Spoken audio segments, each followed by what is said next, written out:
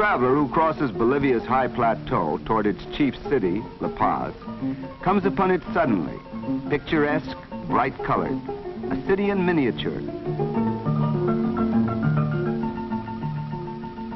Here, 250,000 people live in a modern community, 2.5 miles above sea level. La Paz is the highest big city in the world, higher even than Lhasa in Tibet.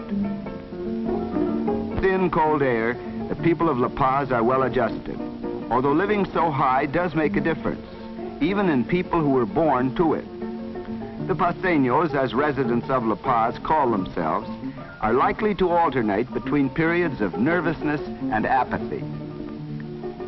And the foreigners who come from such sea-level points as Lima or New York or Buenos Aires find that the scarcity of oxygen converts climbing a flight of stairs into a major physical effort, and walking up one of the steep streets becomes a Herculean task. No matter where one wants to go in La Paz, it always seems to be uphill going and uphill coming back. There are many strange phenomena in life at this altitude. There's so little oxygen that fires are difficult to start, so no one carries fire insurance. An automobile loses 40% of its power, and it takes 6 minutes to boil a 3-minute egg.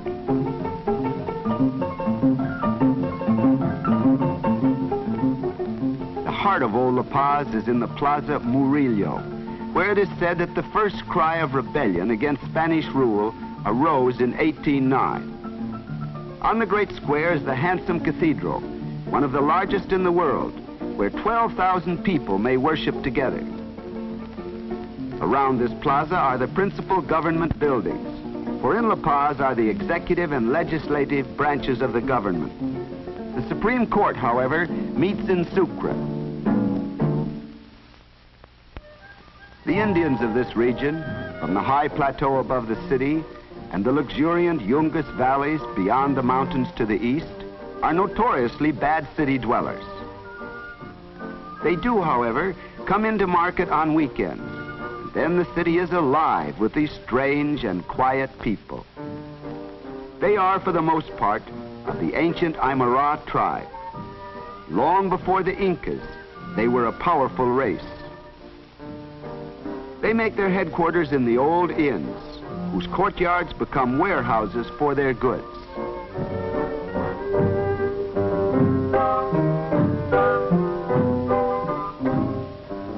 In the market, they eat the white hot and high-smelling picante. This may be a stew with meat, potatoes, and corn, or roast meat served alone, flavored with pepper and garlic.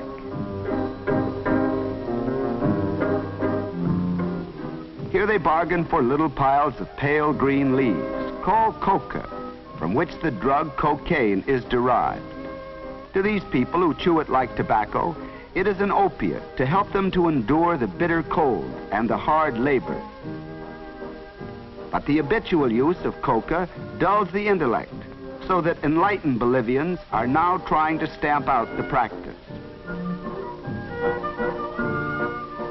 But even more characteristic of the La Paz scene than the Indians are the Cholos, people of mixed Spanish and Indian blood. They comprise about 25% of Bolivia's population. Adaptable, colorful, and intelligent, they grow daily more important in Bolivian national life. Sometimes parading on a saint's day in a cloud of confetti and incense, more often gliding along under loads that would stagger a husky North American at this altitude, they are as omnipresent as the cobblestones of the street. Their great festival of the year is Alacitas, modernized remnant of an ancient Indian custom. Here the Cholos and Indians come from many parts of Bolivia, bringing their own handicrafts to sell. But the real star of the festival is the Iqueco, a tiny plaster mannequin, a good fairy of prosperity in ancient legend. For the people believe that if they purchase at the fair miniature reproductions of things they want during the year, and if they hang them around the Iqueco, their wishes will be granted.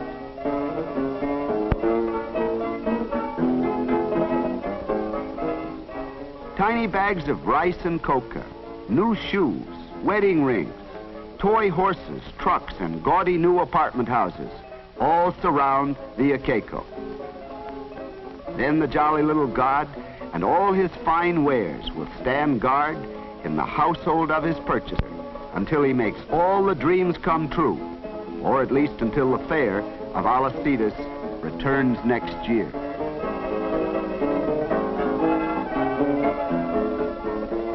Alcides brings out the Chola of La Paz in her full glory. Vain of her costume and person, she may spend a month's income on a pair of earrings, she is still a practical businesswoman, a hard-headed shopkeeper. She is an extravagantly loving mother. A Chola without a baby on her back is hardly a complete Chola.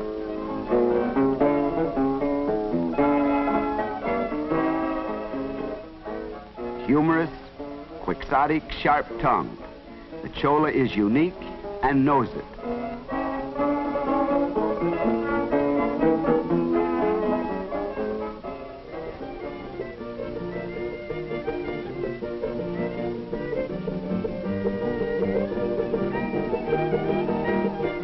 During the 3 days of Alcides, troops of dancers and musicians dance down the narrow cobbled ways into the patios to play their strange tunes and to perform their gay dances.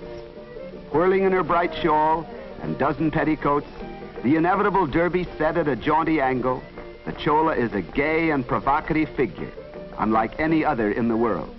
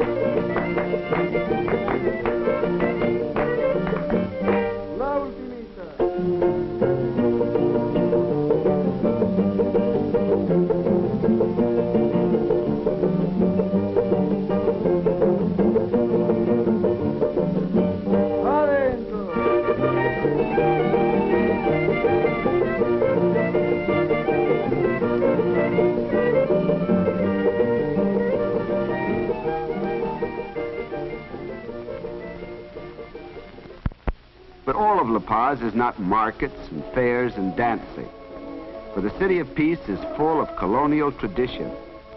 Founded in 1548 by a lieutenant of Pedro de la Gasca, it is laden with all the architectural glories which grace the early capital. Spanish stonework by Indian artisans tends to perpetuate Indian forms, and the heads of ancient gods loom strangely on these Christian columns.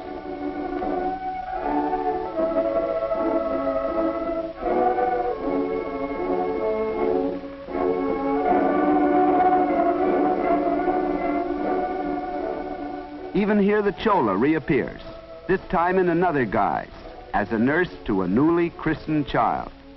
The Chola nurse is to many La Paz families what the Negro mammy was in the southern homes of the United States. And many a child of Spanish-speaking parents grows up speaking fluent Aymara. Also belonging to antiquity is the strangely beautiful cemetery, where the dead are placed in tombs high above the ground.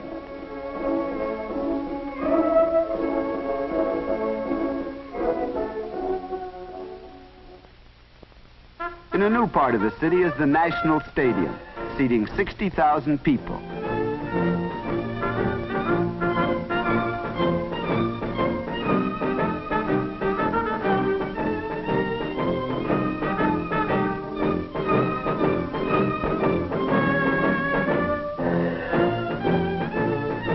Bolivians, in common with virtually all other South Americans, are lovers of soccer, which they play far harder and better than would seem possible at this altitude.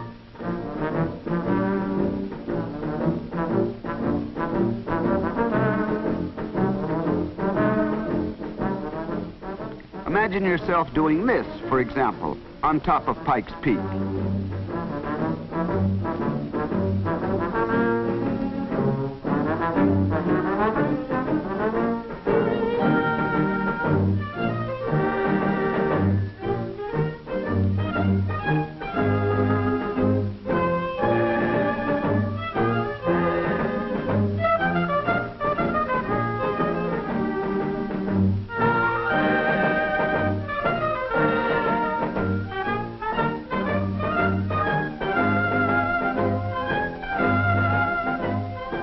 Smart La Paz loves the movies.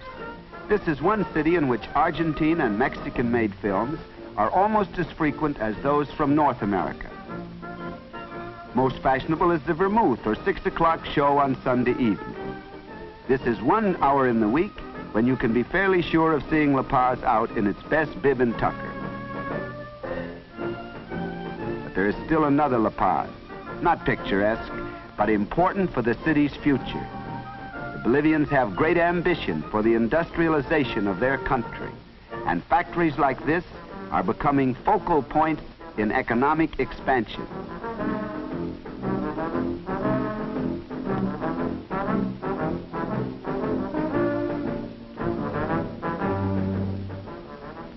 They have an almost childlike love of intricate machinery, and they also have sufficient good and inexpensive manpower to run it. But there are obstacles to industrial expansion here. There's little fuel for plant operation. Most serious of all, every piece of machinery in this wool factory had to make the long sea trip from Europe or North America and the expensive rail trip up from the Pacific coast.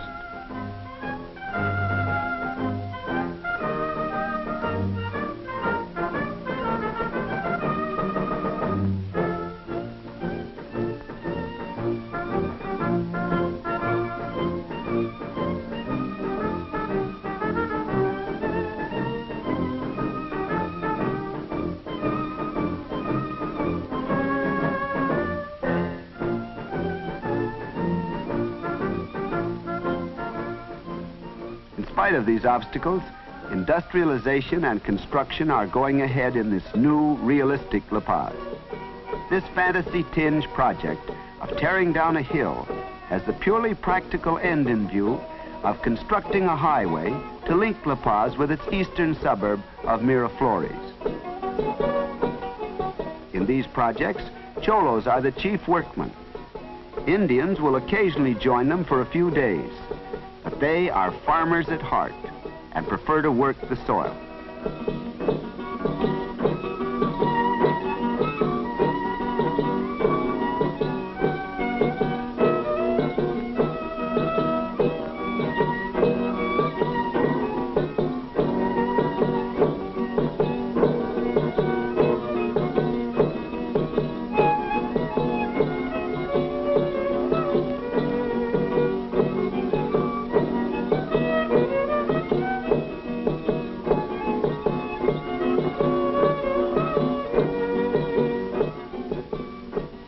In Miraflores, construction is in progress on a new workers' housing project to replace the ancient adobe huts, which it is the wish of every citizen of La Paz to destroy.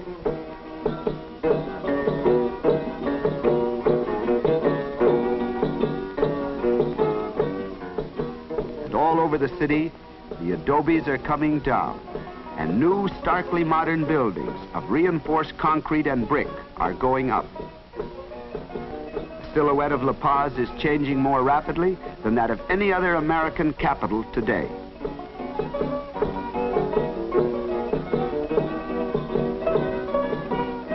This reconstruction is a hard job. There is no easy access to building material. There's little wood, and all iron and steel must be imported. This adds to the cost and increases the difficulties of all construction. But still they build. Bolivia looks to a time when a greater part of her national territory will become economically effective, producing not only tin and other ore, for which she is already famous, but food, clothing, and building materials sufficient for her own needs.